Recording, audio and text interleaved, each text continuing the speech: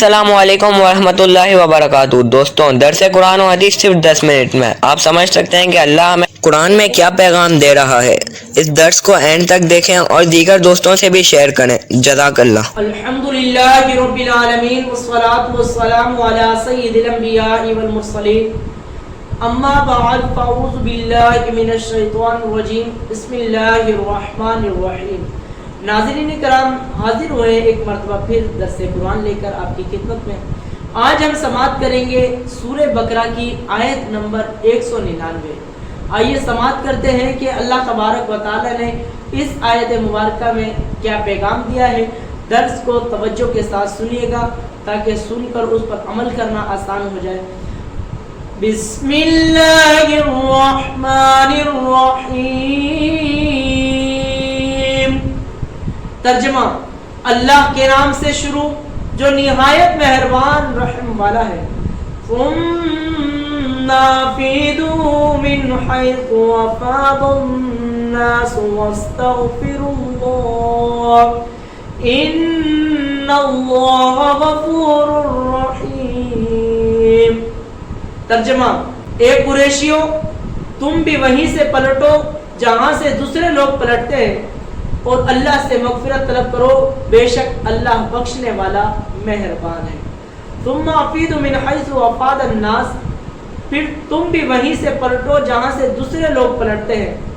قریش مزدلفہ میں ڈھیرے رہتے تھے، سب لوگوں کے ساتھ عرفات میں وقوف نہ کرتے۔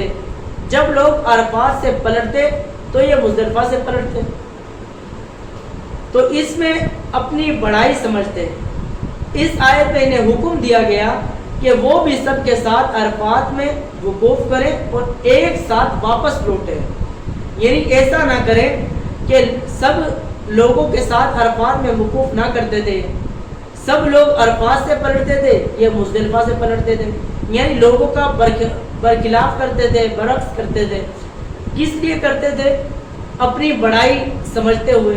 اس آیت میں انہیں حکم دیا گیا کہ تم ایسا نہ کرو بلکہ سب کے ساتھ عرفات میں وقوف کرو اور ایک ساتھ پلٹو۔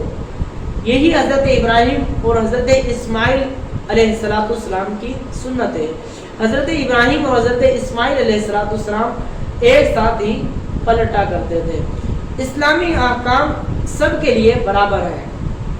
اس سے معلوم ہوا کہ اسلامی احکام برادریوں کے اعتبار سے نہیں بدلتے اور نہ ہی کسی کے رتبے اور مقام کی وجہ سے ان میں تبدیلی ہوتی ہے، بلکہ امیر اور غریب، گورے اور کالے، عربی اور اجمی، سب کے لیے اسلام کے احکام برابر ہیں۔ کسی کو اسلام کے اندر اجمی کو عربی پر اور عربی کو اجمی پر، کالے کو گورے پر اور گورے کو کالے پر حضور نے فرمایا کہ کوئی فوقیت نہیں رکھتا۔ کیوں کہ سب جو ہیں جب مسجد میں آتے ہیں وہ بادشاہ ہو، وزیر ہو، حاکم ہو، خادم ہو، کوئی بھی ہو، ایک کی صف میں کھڑے ہو گئے محمود و ایاز، نہ بندہ رہا نہ بندہ نواز۔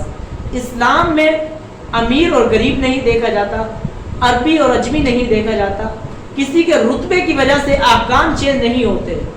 اب قریشی جو ایک قبیلہ تھا، اب ان کی وجہ سے جو ہے احکام چینج نہیں ہوئے، یہ اپنے آپ کو بڑائی سمجھتے تھے۔ اب انہیں حکم دیا گیا تم سب کے ساتھ پلٹو ایک ساتھ۔ تو میرے ناظرین کرام، اسلام میں کسی پر کوئی فوقیت نہیں ہے، نہ گورے کو کسی کالے پر، نہ کالے کو کسی گورے پر، نہ اجمی کو کسی عربی پر، نہ عربی کو کسی اجمی پر، کوئی فوقیت نہیں رکھتا۔ سب مسلمان ہیں، اللہ کی بارگاہ میں سب برابر ہیں، سب اس کی بارگاہ میں انسان ہیں، سب اس کی بارگاہ میں ایک ہی طرح کے مسلمان ہیں۔ حضرت عائشہ صدیقہ رضی اللہ تعالیٰ نے فرماتی ہیں، قریش ایک مخزومی عورت کے بارے میں بہت ہی پریشان تھے جس نے چوری کی تھی۔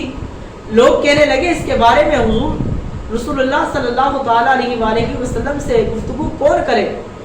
بعض آدمیوں نے کہا کہ حضرت اسامہ بن زید کے سوا ایسی جرت اور کون کر سکتا ہے، کیونکہ وہ حضور علیہ السلام کے چہیتے ہیں، حضور علیہ السلام کے لاڈلے ہیں، وہ اس کے بارے میں زیادہ جو ہے وہ حضور علیہ السلام کو بتا سکتے ہیں۔ جب حضرت اسامہ رضی اللہ تعالی عنہ نے اس بارے میں حضور کو نور صلی اللہ تعالیٰ علیہ وآلہ وسلم سے گفتگو کی، یعنی مخزومی عورت کے بارے میں جو لوگ پریشان تھے اس کا تذکرہ حضرت اسامہ رضی اللہ تعالیٰ عنہ نے حضور علیہ السلام سے فرمایا. تو اس کے بارے میں حضور علیہ السلام سے گفتگو کی تو آپ صلی اللہ تعالیٰ علیہ وسلم نے فرمایا کیا تم اللہ کی حدود کے بارے میں سفارش کر رہے ہو؟ پھر آپ نے کھڑے ہو کر خطبہ دیا. حضور نے فرمایا کہ پہلے کی قومیں اس لیے برباد ہوئی کہ اگر کوئی امیر چوری کرتا تو اسے چھوڑ دیا جاتا، کوئی غریب چوری کرتا تو اس کو پھٹے پر لٹکا دیا جاتا، اس کے ہاتھ کاٹ دیے جاتے، اس کو مارا جاتا، اس کو ڈانٹ ڈپٹ کیا جاتا. تو حضور نے فرمایا کہ اسلام اس چیز کی اجازت نہیں دیتا کہ امیر چوری کرے تو اسے چھوڑ دیا جائے اور غریب چوری کرے تو اس پر حد قائم کی جائے. حضور نے فرمایا میں اللہ کی قسم اٹھا کر کہتا ہوں اگر محمد کی بیٹی فاطمہ بھی چوری کرتی تو میں اس کے بھی ہاتھ کاٹ دیتا. تو اسلام، تاریخ اسلام میں مسلمان قاضیوں کے ایسے بے شمار واقعات موجود ہیں ناظرین کرام جس میں انہوں نے کسی کے رتبے اور قرابت داری کی پرواہ کیے بغیر شریعت کے احکام کو نافذ کیا. انہی واقعات میں سے ایک واقعہ پیش خدمت ہے. چنانچہ حضرت سعد بن ابراہیم رحمۃ اللہ تعالی علیہ خلیفہ ولید بن یزید کی طرف سے مدینہ طیبہ کے قاضی مقرر تھے. ایک مرتبہ ولید نے آپ رحمۃ اللہ تعالی علیہ کو اپنے پاس ملک شام میں بلایا. چنانچہ آپ رحمۃ اللہ تعالی علیہ ایک بااعتماد شخص کو مدینے میں قاضی بنا کر خود ملک شام کی طرف چل دیے. جب آپ رحمۃ اللہ تعالی علیہ شام کی سرحد پر پہنچے تو آپ رحمۃ اللہ تعالی علیہ کو شہر سے باہر ہی روک دیا گیا اور کافی عرصے تک داخلے کی اجازت نہ ملی. ایک رات آپ رحمۃ اللہ تعالی علیہ مسجد میں مصروف عبادت تھے، اللہ تعالیٰ کی عبادت کر رہے تھے. ایک شخص کو دیکھا کہ نشے کی حالت میں بدمست ہے اور مسجد میں گھوم رہا ہے. یہ دیکھ کر آپ رحمۃ اللہ تعالی علیہ نے پوچھا یہ شخص کون ہے؟ لوگوں نے بتایا یہ خلیفہ ولید بن یزید کا ماموں ہے، اس نے شراب پی ہے اور اب نشے کی حالت میں مسجد کے اندر گھوم رہا ہے. یہ سن کر آپ رحمۃ اللہ تعالی علیہ کو بہت جلال آیا کہ یہ کتنی دیدہ دلیری سے اللہ کی نافرمانی کر رہا ہے اور اس کے پاک دربار میں ایسی گندگی حالت میں یہ بے خوف گھوم رہا ہے. آپ کو جلال آ گیا. آپ رحمۃ اللہ تعالیٰ نے غلام کو درہ لانے کا حکم فرمایا. غلام نے درہ یعنی کوڑا جو ہے وہ دیا. وہ لے کر آپ رحمۃ اللہ تعالیٰ نے فرمایا مجھ پر لازم ہے کہ میں اس پر شرعی سزا نافذ کروں چاہے کوئی بھی ہو، اسلام میں سب برابر ہیں. چنانچہ آپ آگے بڑھے اور مسجد میں ہی اس کو 80 کوڑے مارے.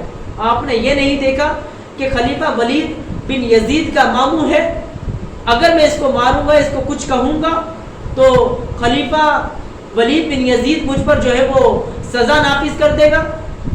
آپ نے یہ نہ سوچا، آپ نے اسلام اور شریعت کو مد نظر رکھا. آپ رحمۃ اللہ تعالی نے دیکھا کہ کوئی بھی ہو، کتنا ہی بڑا حاکم ہو، وہ اسلام کی برخلاف کرے گا تو ہم اس کے مقابلے میں زبان کھولیں گے، اس کے مقابلے میں لڑیں گے، ہم اس کی خلاف ورزی کریں گے. اگر آج بھی کوئی اسلام کی، قرآن کی، شریعت کی برخلاف کرتا ہے، آپ حق پر ہیں، وہ غلط ہے، سامنے والا اس کا رتبہ بڑا ہے لوگوں میں، اگر وہ غلط ہے تو اس کو سمجھائیں پیار محبت سے. نہیں سمجھتا ہے تو جنگ کرے، اس سے لڑے، اس کے برخلاف کرے، اس کا رتبہ نہ دیکھے. کیوں کہ رب کی، لوگوں کی اطاعت میں اللہ کی نافرمانی نہیں کی جاتی. تو آپ رحمۃ اللہ تعالی نے اس کو 80 کوڑے مارے. وہ شخص 80 کوڑے کھانے کے بعد نہایت زخمی حالت میں خلیفہ ولید بن یزید کے پاس پہنچا. خلیفہ نے جب اپنے ماموں کی یہ حالت دیکھی تو بہت غضبناک ہوا اور پوچھا تمہاری یہ حالت کس نے کی؟ کس نے تمہیں انتہائی اتنا شدید زخمی کیا؟ اس نے جواب دیا ایک شخص مدینے سے آیا ہوا تھا، اس نے مجھے 80 کوڑے سزا دی اور کہا کہ یہ سزا دینا اور حد قائم کرنا مجھ پر لازم ہے. خلیفہ نے جب یہ سنا تو اس نے فوراً حکم دیا کہ ہماری سواری تیار کی جائے